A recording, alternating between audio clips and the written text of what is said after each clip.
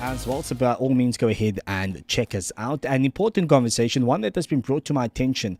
Not an easy conversation. I can promise you that much. It's probably going to be one of the more difficult conversations I've had in a very long time. But also, we are bringing something that I've always wanted to bring to the table, and that is pure honesty to the table. I think that too many times as Christians, we sweep a lot of things under the rug. We sweep a lot of things under the mat. And I don't know, for some reason, we feel as if as soon as we become saved, as soon as we become a Christian, we are immune to hurt, pain, and the functions of life. We are immune to the experiences of life in itself. Well, joining me today, we've got a mom and a dad that is in ministry for a very, very long time, but maybe going through a difficult time at the moment because Larnelle Gordon passed away in his home on the 26th of Jan 2024, a day his family will never, ever forget. They struggled with him, giving him CPR in the hope that they could keep him alive until the ambulance came, but that was not to be.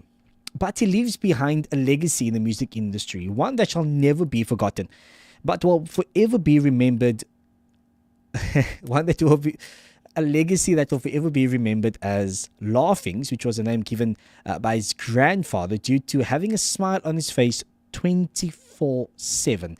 And my goodness, I wish I had that ability to be smiling. It brings 24/7. such a warm welcome when you can, even through your pains or even through your struggles, you are still keeping a positive mindset and smiling through it. I can understand the difficulty the family must face because of that. Absolutely. And speaking about that, the mom and dad joins us right now in studio. We've got Apostle John Gordon as well as Sharon Gordon joining us in studio. Firstly, good afternoon. Thank you for joining us. I know that this is a very difficult time that you guys are experiencing, and more so even the family, the immediate family, and even those on the outskirts, those who loved your son. For those of us who don't know Larnelle Gordon, the life, the legacy, I mean, briefly, just kind of describe his life to us and who he was as a person. Well, good afternoon, and thank you for having us. I really appreciate it. Larnelle Gordon, my son, was an incredible gift, absolutely incredible gift. And I think the day when he passed on, in fact, he passed on my father's birthday, the 26th of January. And when we rushed into the room, we saw him laying there, and we tried CPR, or we did CPR, and he just wouldn't want to come. It's like as if he had seen the glory of the Lord. Yeah. And he just wouldn't want to come, and eventually he was declared deceased. But seeing him laying there, my mind went back, to a million of pieces, thinking of how he grew up, how we nurtured him, and how we tried to get him to get interested into school and so forth. But Larnelle's life was all about music right from the start. When we used to have supper, he would have the spoon, the fork in the hand, and he would drum his way, and we said, calm down, we're having a meal now, and he would eat just a couple of spoons and so forth. Then we go back to drumming, and we saw the potential talent, and we saw something big coming. And I can remember that Larnelle, went through school, and then he went to college, and we thought that he would do well, just going, further himself and so forth. And I asked him one day, Larnelle, so what is it that you're interested in? If I were to send you to college, what would you do? And I was hoping he wouldn't say music. And he was clever enough not to say anything about music, but he said most probably plumbing. I thought that was just something that crossed his mind at the time. And I thought, wow, now I'm going to take him. We enrolled him and everything, and he was, every day when I go to work, I drop him off at the college, and I see him go in. I said, Lord, thank you. This man is going to make something good of his life. Yeah. At the end of that year, I got a bit concerned because everybody's got reports, and so forth. I was like, Lionel, where's your report? And Lionel said, Dad, this is a new world. They normally just let you know, but I said it's in the new year already, And I didn't hear from the college. Eventually, when I rocked up at the college, they said, "Please do sit down." I sat down, and they pulled his file, and they opened it up and said, "Sir, the reason why I didn't get a report was because of this." And I took the file, and Lionel didn't attend one class. Wow. And had a long conversation with him, and he said, "Look, my interest is really music." Wow. You enrolled him at a school, Zulon, and they immediately saw the potential, they saw the talent, and it was a couple of months, and thereafter he became the tutor of drumming. Wow. Wow. Because of the tremendous talent that he had. Mm. And so at the time, he was the go-to drummer. So all the international acts that comes into the city, he would be the go-to drummer. And him and big names like Camilo Lombard and all the other guys, they were as a unit, they played and they backed the international artists. And Lionel just grew from there and, became known and popular amongst the other musicians and so forth. I remember, he used to be one of the key drummers, one of the key musicians with bands, gospel bands like New Birth, Edward wow. Adams, you Yeah. just adored him. Christian Explainers, and he also helped out the band that I belong to, Solid Foundation. Lionel was with a music unit called Black Current, and Black Current won a SAMA award, and which is one of the key awards that you can be Possibly given. get, yeah. Any musician, any South African musician, that is the it. Well, I mean, on top of that, Larnelle was also known as, I see here, as the Groove Master Gordon because of his musical genius, of his musical talents. He was a drummer, a songwriter, a singer, and so with all of these accolades, at the end of the day, he still remains as your son, despite the accolades and the stages that he has found himself on and the people that he associates with or associated with. But what I really want to know, the both of you are in ministry. And, honestly speaking, I mean, because this is recent, this isn't something that happened months ago. Where do you find yourself? And I want to move over to you, Sharon, as a mom, because I know that I think sometimes for a mom it's very, very difficult, As a mom, where do you find yourself emotionally, spiritually, mentally at this point? I'm going to be very honest today that it's not an easy one. This is not an easy road that we're on at the moment. Very painful. I think last week, every day we were just crying, thinking of things that he said, thinking of how he came to our house every day. I said at the funeral he was like a daycare child to me because every day he would phone, "Mommy, don't let Uncle Malvin forget to fetch me."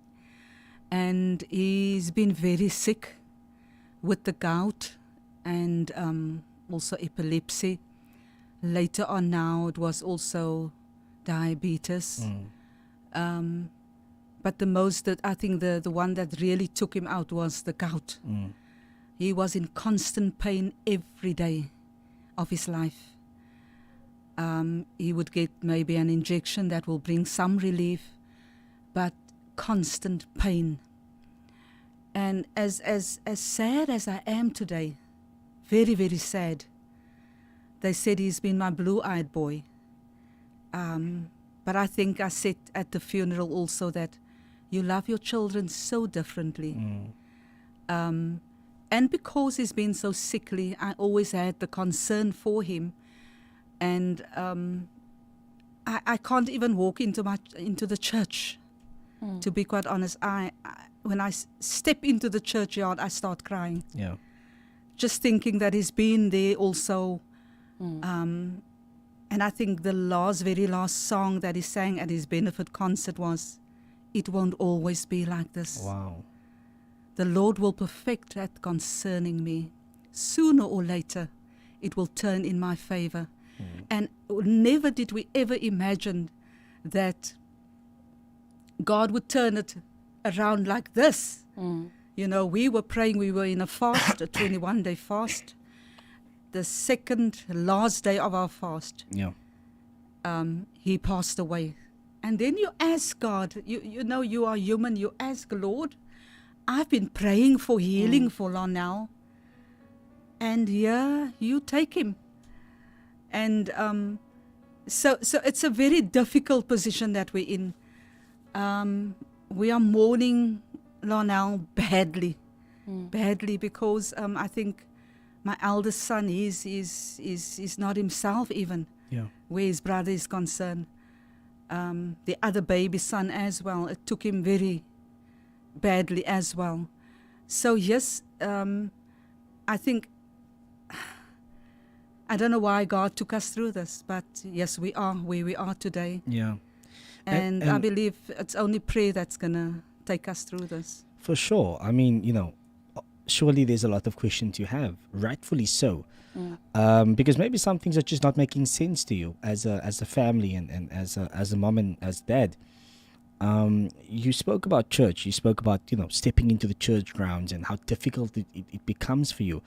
And I'm inclined to know, you know, Apostle John, I mean, when you have to go preach on a Sunday, how do you do it? Because the reality is, you know, maybe sometimes a congregation sees you as this metal individual who has no emotions, perfect, no feelings, this person who, you know, life doesn't affect him. How do you push through that, and how do you show I'm human, you know? Well, I think that's maybe one of the most difficult things, because you expect your children to bury you, Yeah. but in this turn, you know, I had to bury my own son. Yeah. Very difficult. I remember the first Sunday, immediately after his death, the first Sunday, I was not going to say anything. The Lord just whipped up something in my spirit to go, and told the preacher that I'm going to take the slot. And I think it was good for me just to speak my heart. You know, to hide your emotions is always not a good thing. And especially if you are a leader of a congregation, they need to know where you are. They need to understand your pain. They need to understand that when tears roll down your cheeks, that you are at a place of loneliness. You are in the valley of the shadow of death. And often, even as men of God, you look to heaven and you call and say, Lord, where are you when I go through what I'm going through? You see, and as my wife rightly said that, you know, we just finished or about to finish the 21 Daniel fast. And I remembered that I had great expectation that God would do something wonderful for Larnelle. You know, in those days, I encouraged him, you know, and said, man, things will turn around, you know, just believe. I remember a couple of weeks or 2 or 3 weeks before his death, we had a benefit concert for him, and all of Cape Town musicians were at the concert. And I remember I was doing a song, that the Lord is good. And I remember, you know, while the song was in motion, you know, I went down over to him. He was sitting in his wheelchair, and I went over to him. I laid my hand on his head, and I prophesied over him, life and not death. And, you know, the world might say, but what now? Yeah. You know, you prophesied, you prayed, and you had expectation, and it didn't go the way you planned. But we are here. You know, God's ways are not our ways. Yeah. You know, and when we pray, things does not always turn out the way we ask. because He knows the plans concerning us. So we are at a place where we say, Lord, your will was done. Yeah. In Larnelle's life, it's very, very difficult going up to the pulpit. I haven't preached yet. They said, look, sit down for 3 weeks or so. I gladly received that, and I just enjoy what I receive, and all the words of consolation is just there to appease me and just to let me know it's going to be okay. The congregation is behind you, and so forth and so forth. I love that. I mean, that's an integral part as leadership when it comes to ministry, to know that you have a congregation that backs you, a congregation that understands the pain that you're going through, and more so, I think this is probably as we come to a close this afternoon, 5 minutes before we're eating 6 o'clock. On top of the hour, we need to say our goodbyes. But more so, maybe this is the principle that we need to be setting in the church. The principle that it's okay not to be okay. It's okay to be at this place that you find. Yes, I am part of the fivefold ministry, and yes, you see me as this anointed man or woman of God, or yes, you always see me as the prayer warrior, or yes, you always see me in a particular position or in a particular light, but life affects me as it affects the next person. Yes. And so maybe this is the turning point for us as people, for us as a generation, for us as a Christian community. Maybe this is the turning point where we come to the understanding that my pastor, my apostle, my prophet, he is nothing but just a man as I am. Yes. And so this afternoon I want to say thank you for coming in.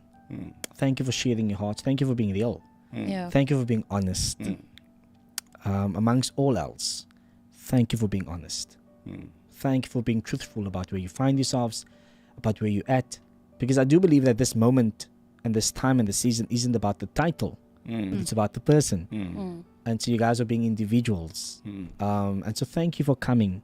I know it wasn't easy. Messages coming in, this one saying, thank you for speaking honestly about what you feel like with your tears in your heart.